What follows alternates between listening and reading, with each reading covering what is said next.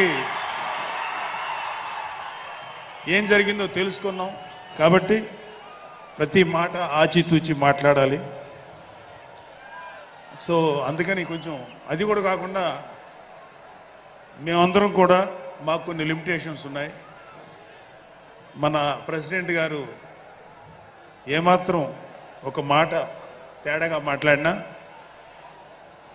ఒక ఏ విధంగానూ స్పేర్ చేయనటువంటి వ్యక్తి, ఒక డిసిప్లైన్డ్ లీడర్ ఆయన. సో ఆయన ఆధ్వర్యంలో చాలా జాగ్రత్తగా పనిచేస్తాం, జాగ్రత్తగా మాట్లాడతాం. Thank you very much. అసలు ఒక 12 సంవత్సరాల కాలం అంటే మన హిందూ సాంప్రదాయంలో 12 సంవత్సరాలకి ఒక ప్రత్యేకత ఉంది. మన కృష్ణా, గోదావరి లాంటి నదులకి పుష్కరాలు జరుగుతుంటాయి. చాలా పవిత్రమైన రోజులు అవి. అలాగా మిగతా అన్ని ఆవిర్భావ సభలు ఒక ఎత్తు అయితే ఈ 12వ ఆవిర్భావ సభ ఒక నదికి వచ్చిన పుష్కరాలు ఎంత పవిత్రమైనయో అంత గొప్ప రోజు ఈరోజు. సో ఈ అవకాశం మనకి ఇచ్చినటువంటి పవన్ కళ్యాణ్ గారికి మనం అందరం సదా కృతజ్ఞులై ఉండాలి. ఇప్పుడు పవన్ కళ్యాణ్ గారు ఆయన సాధించినటువంటి సక్సెస్, ఆయన సాధించినటువంటి విజయం మనం ప్రత్యేకంగా చెప్పుకోకర్లా. 100కి 100% స్ట్రైక్ రేట్ తోటి ఆయన అద్భుతమైన విజయాన్ని సాధించడంతో పాటు అటు రాష్ట్రంలోనూ దేశంలోనూ ప్రభుత్వాలు నిలబెట్టడానికి ఒక వెన్నెముగ్గా నిలిచారు. సో ఆయన గురించి ప్రత్యేకంగా ఏమీ మాట్లాడక్కర్లేదు, ఎందుకంటే చాలా మంది చాలాసార్లు మాట్లాడుతున్నారు. మనం తెల్లారులేస్తే టీవీల్లో అన్ని చోట్ల చూస్తున్నాం. ఆయన తీసుకున్నటువంటి Panchayati Raj, water works, forest department ఎంత ఎఫిషియెంట్గా పనిచేస్తున్నారో, అలాగే మన మినిస్టర్లు తీసుకున్నటువంటి ముఖ్యమైన శాఖలన్నీ కూడా ఎంత ఎఫిషియెంట్గా పనిచేస్తారో మనందరం చూస్తున్నాం. సో స్పెసిఫిక్గా కళ్యాణ్ బాబు గారు ఎంత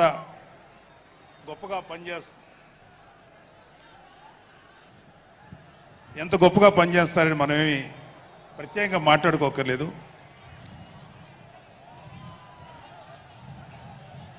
సో అయితే ఎన్ని మాట్లాడినా ఒక విషయం అయితే మనం మాట్లాడుకోవాలి. ఒక సినిమా స్క్రిప్ట్ కానీ ఒక ఉపన్యాసం కానీ దానికి కొన్ని లక్షణాలు ఉంటాయి.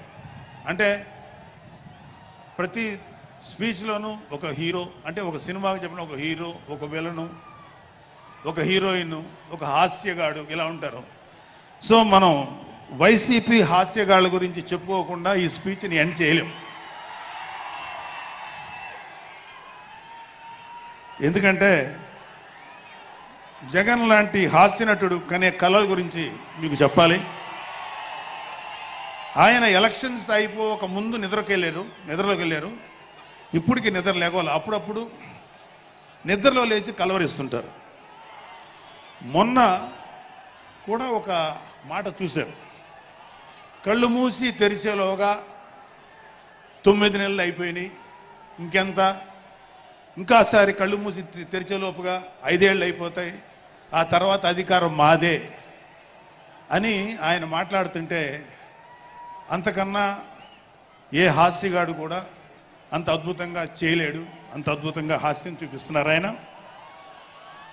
కానీ ఆయనకి నా సలహా ఏంటంటే, సార్ మీరు నిద్రలోనే ఉండండి, అప్పుడప్పుడు కలవరించండి, తప్పులేదు.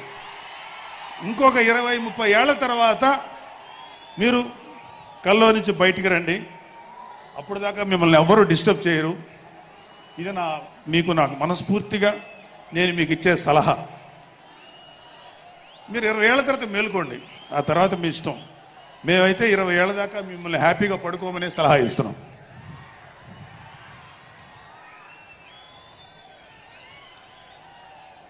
సో ఆంధ్రప్రదేశ్లో పవన్ కళ్యాణ్ గారి యొక్క చొరవతోటి ఏర్పాడైనటువంటి ఈ కూటమి ప్రభుత్వం ఎన్ని చోట్ల ఎంత పెద్ద సక్సెస్ అయిందో, ఎంత 164 సీట్లు సాధించే దిశగా ఆయన ఎంత కష్టపడ్డారో మనందరికీ తెలుసు.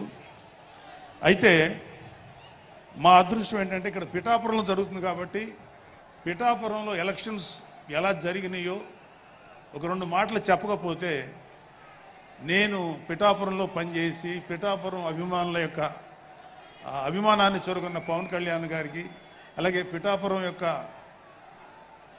జన సైనికులకి, పౌరులకి నేను కృతజ్ఞత చూపించినట్టు అవుతుంది. సో వాళ్ళ కోసం ఈ 2 మాటలు మాట్లాడుతున్నాం. సో పవన్ కళ్యాణ్ గారు పిఠాపురంలో మమ్మల్ని పనిచేయమన్నారు. అంటే నన్ను, మా ఫ్రెండ్ అజయ్ గారిని, అలాగే మర్రెడ్డి గారిని, రత్నం గారిని, శంకర్ గౌడు, మహేంద్ర, పంచకర్ల సందీపు, ఇలా మాకందరికీ పిఠాపురంలో పనిచేసే అవకాశం ఇచ్చారు. మేము పని మొదలెట్టిన తర్వాత మాకు అర్థమైంది ఏంటంటే,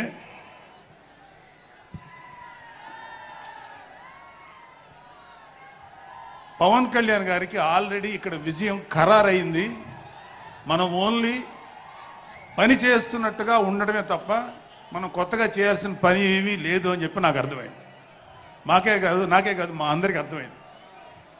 సో మేము దీన్ని ఎంత గొప్ప అదృష్టంగా తీసుకుంటున్నామంటే, పవన్ కళ్యాణ్ గారు మీరు పని చేసేటువంటి మేము ఇక్కడ ఏదో పని చేసాం అనే తృప్తి మాకు ఇవ్వటం కోసం ఆయన ఈ మమ్మల్ని అపాయింట్ చేశారు తప్ప ఆయన గెలుస్తారన్నది, ఆయన అఖండ విజయం సాధిస్తారని ఆయనకు ముందే తెలుసు. కానీ ఆ సాటిస్ఫాక్షన్ మాకు ఇవ్వటం కోసం మాకు ఈ అవకాశం ఇచ్చారు. అయితే అది మా అదృష్టంగానే ఫీల్ అవుతున్నాం. చంద్రుడికో నూలు పోగులాగా ఆయన పడిన కష్టానికి ఒక చిన్న పని చేసామనే తృప్తి అయితే మాత్రం మాకు నిజంగానే ఉంది. అయితే ఇక్కడ పిఠాపురంలో పవన్ కళ్యాణ్ గారు అఖండ విజయం సాధించడానికి 2 ఫ్యాక్టర్స్, 2 ఇంపార్టెంట్ ఫ్యాక్టర్స్. ఒకటి మన ప్రెసిడెంట్ జనసేనాని పవన్ కళ్యాణ్ గారు అయితే, రెండో ఫ్యాక్టర్, నాట్ వ్యక్తి, ఫ్యాక్టర్ పిఠాపురం జన సైనికులు, పిఠాపురం పౌరులు, పిఠాపురం ఓటర్స్. వీళ్ళిద్దరూ లేకపోతే మేము ఎంత ఏమి చేసినా ఏం ఉపయోగం లేదు. సో మాలో ఎవరైనా ఇంకెవరైనా సరే పవన్ కళ్యాణ్ గారి విజయానికి నేనే దోహదపడ్డాను అని ఎవరన్నా అనుకుంటే అది వారి కర్మ, అంతకంటే ఏం చేయలేం.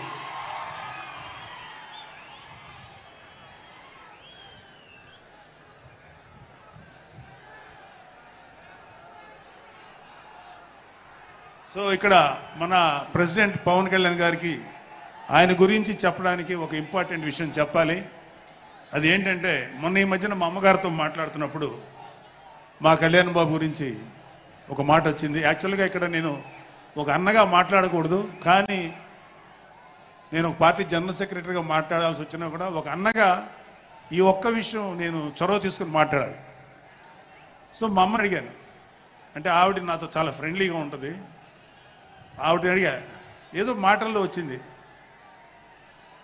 అమ్మ మమ్మల్ని, అంటే ఏ తల్లి అయినా ఒక ఆడతల్లి, ఒక స్త్రీమూర్తి బిడ్డను కనేటప్పుడు చాలా నొప్పులు పడుతుంది, అదొక పునర్జన్మ అంటారు. అలాంటిది నేను మా అమ్మని అడిగా, నేను పుట్టినప్పుడు ఏమన్నా పెయిన్స్ అనుభవించావమ్మా అని. మా అమ్మ అంది, నువ్వు పుట్టినప్పుడు నేను అనుభవించినది పెయిన్స్ భూమి మీద ఆడది అనుభవించలేదు, అంత కష్టం పెట్టేవాడు. అది మా అమ్మ చెప్పింది నా గురించి. సరే కళ్యాణ్ బాబు ఎలాగా అన్న. గొప్ప విషయం అంటే నేను షాక్ అయ్యా. వాడు పుట్టినప్పుడు నాకు పెయిన్ అనేది కొంచెం కూడా తెలియదురా, అలాగా నాకు పెయిన్ లేకుండా, పెయిన్ ఇవ్వకుండా పుట్టాడు. ఈ విషయం నేను కొంచెం షాక్ అయ్యా. అదేంటమ్మా కనీసం పెయిన్స్ ఉంటాయి కదా, ఏమోరా నాకు ఏమాత్రం పెయిన్ తెలియకుండా పుట్టాడని. సో నేను ఏమంటానంటే, పుట్టేటప్పుడు కన్న తల్లికి కూడా ఏమాత్రం నొప్పి బాధ ఇవ్వకుండా పుట్టిన పవన్ కళ్యాణ్ లాంటోడు, అలాంటి నాయకుడు ఈ కూటమి భాగస్వామ్యంలో ఉప ముఖ్యమంత్రిగా ఉన్న నాయకుడు ప్రజలకి ఎందుకు బాధలు రానిస్తాడు? వీళ్ళకి ఏ బాధలు కష్టాలు రాకుండా గుండెల్లో పెట్టుకొని చూసుకుంటాడు. అది మనం కళ్ళారా ఈరోజు చూస్తున్నాం. ఇప్పుడు మనం చూస్తున్నది ఆవగింజలో అరవంతు మాత్రమే. కూటమి భాగస్వామ్యంలో పవన్ కళ్యాణ్ గారి భాగస్వామ్యంలో జరుగుతున్న కూటమి ప్రభుత్వం పరిపాలన ఆవగింజల అరశాతమే. ఇంకా చాలా ఉంది. ఇప్పుడు చూస్తుంది just tip of the iceberg. అద్భుతమైన పరిపాలన మనకు రాబోతుంది.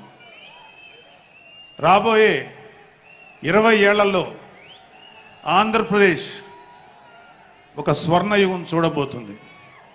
ఎందుకంటే ఎప్పుడో స్వాతంత్రం రోజుల్లో కొంతమంది మహానుభావులు పుట్టారు. అలాంటి వ్యక్తి ఈ రోజు పుట్టడం, ఈ రోజు మన ముందు ఉండటం మన అదృష్టం. అలాంటి వ్యక్తి దగ్గర పని చేయడానికి ఇగో ఈ స్టేజ్ మీద ఉన్న ప్రతి ఒక్కళ్ళం గర్వంగా ఫీల్ అవుతున్నాం.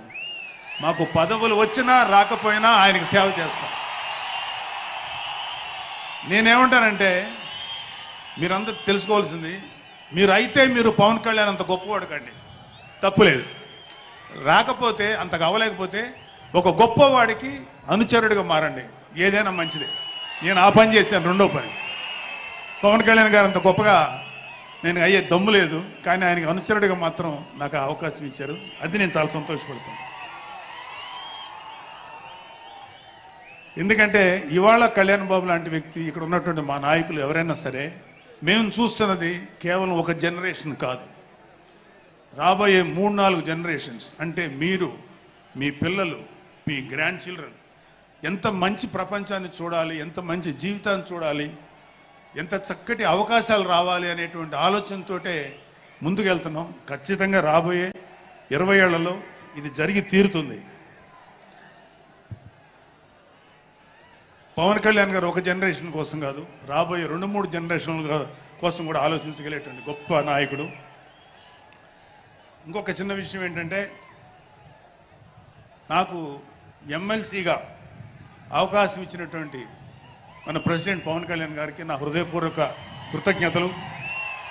అలాగే నేను ఎమ్మెల్సీ కావటానికి నన్ను ప్రోత్సహించినటువంటి వ్యక్తులు, లేదా నేను ఎమ్మెల్సీగా ఉండాలని కోరుకున్న మీలాంటి ఎంతో అభిమానించే కార్యకర్తలు, అలాగే మా నాయకులు, ఆ రోజు నాకు సపోర్టుగా వచ్చినటువంటి మా నాయకులందరూ, మనోహర్ గారు, రామకృష్ణ గారు, విష్ణుకుమార్ రాజు గారు, లోకేష్ గారు, వీళ్ళందరికీ కూడా నా హృదయపూర్వక కృతజ్ఞతలు. అంటే దేవుడు అనేవాడు మనం అడిగితే వరాలు ఇస్తాడు, ఖచ్చితంగా వరాలు ఇస్తాడు. కానీ అడగకుండానే వరాలు ఇచ్చేవాడు పవన్ కళ్యాణ్. అతను ఏమని పిలవాలో మీరే డిసైడ్ చేసుకోండి. చివరగా ముఖ్యమైన విషయం ఏంటంటే, జనసేనకి ప్రాణవాయువు లాంటి వాళ్ళు కార్యకర్తలు, వీర మహిళలు, జన సైనికులు, అభిమానులు. నేను ఒక జన సైనికుడిని అని చెప్పుకోవటంలో ఉండే ప్రైడ్ నాకు ఇంకా ఏ విషయంలో రాదు. చాలా గర్వపడుతుంటాను. సో అలాంటి జన సైనికులకి మీ అందరికీ మేమందరం అండగా ఉంటాం. ఏదైనా చిన్న చిన్న ఇబ్బందులు తలెత్తినా అవన్నీ సరిచేస్తాం. ఇంకొక విషయం ఏంటంటే, జనసేన పార్టీ ఒక్కటే మీరు ఒక కార్యకర్త స్థాయి నుంచి అత్యంత ఉన్నతమైన స్థాయికి చేరుకోగలిగేటువంటి డెమోక్రటిక్ వాల్యూస్ ఉన్నటువంటి పార్టీ జనసేన. కాబట్టి జనసేనలో ఉండండి, జనసేనని ప్రోత్సహించండి. మీకే కాదు, మీ బిడ్డలకు కాదు, మీ మనవళ్ళకు కాదు, రాబోయే తరాలందరికీ జనసేన అండగా ఉంటుంది. మీ అందరికీ మేము ఫుల్ సపోర్ట్ చేస్తాం. మిమ్మల్ని అందరినీ గుండెల్లో పెట్టుకొని చూసుకుంటాం.